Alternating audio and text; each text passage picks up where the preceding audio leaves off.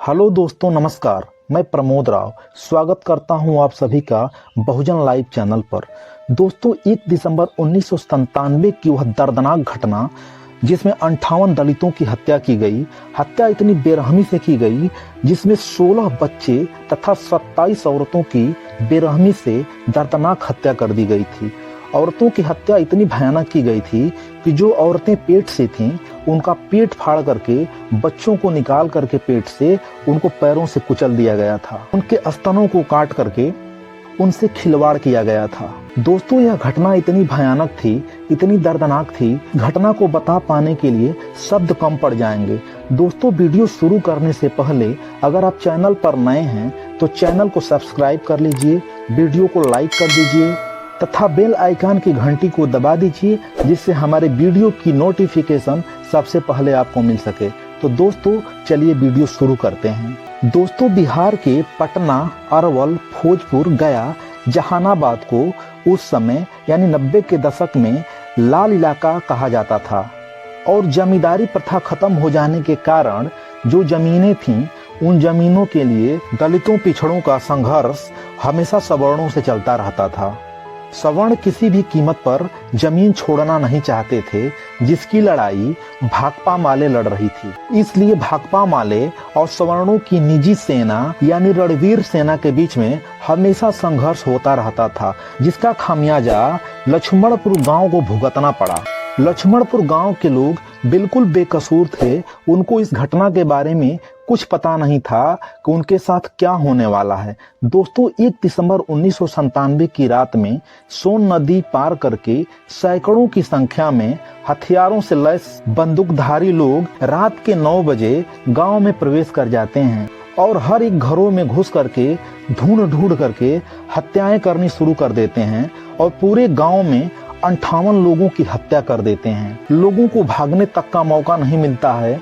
उसी में से कुछ लोग जैसे तैसे छुप करके अपनी जान भी बचाते हैं, लेकिन फिर भी 58 बेकसूरों की हत्या कर दी जाती है। इस घटना को अंजाम देने के बाद सभी कातिल नाव से सोन नदी पार करके वापस चले जाते हैं।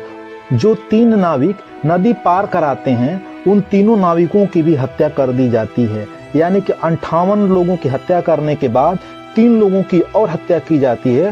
टोटल 61 हत्याएं हो जाती हैं। इस घटना का इल्जाम जिस रणवीर सेना पर लगा था, उस रणवीर सेना ने इससे पहले भी नदी गांव में 10 दलितों की हत्या तथा बधाई टोला में भी 22 दलितों की हत्या कर चुके रहते हैं। लक्ष्मणपुर बाथे गांव में हत्या होने के बाद टेलीफोन की सुविधाएं उपलब्ध नहीं थी।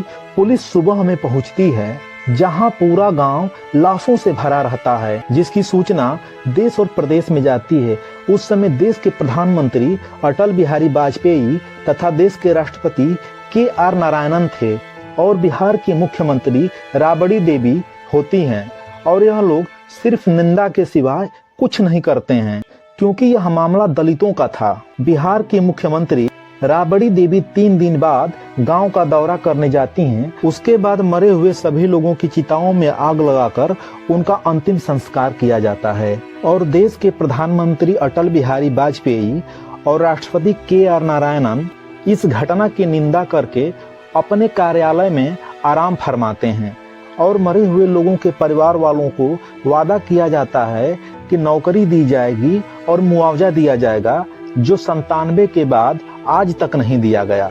इस घटना में टोटल 46 लोगों को आरोपी बनाया जाता है, जिसमें से 19 लोगों को निचली अदालत के द्वारा ही रिहा कर दिया गया।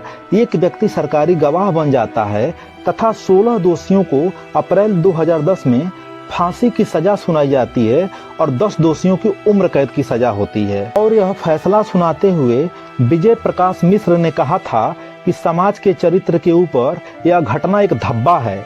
और कुछ दिनों बाद इस केस की सुनवाई पटना के हाई कोर्ट में होती है, जिसमें 9 अक्टूबर 2013 को सभी दोषियों को पटना का हाई कोर्ट सबको बाइज्जत बरी कर देता है।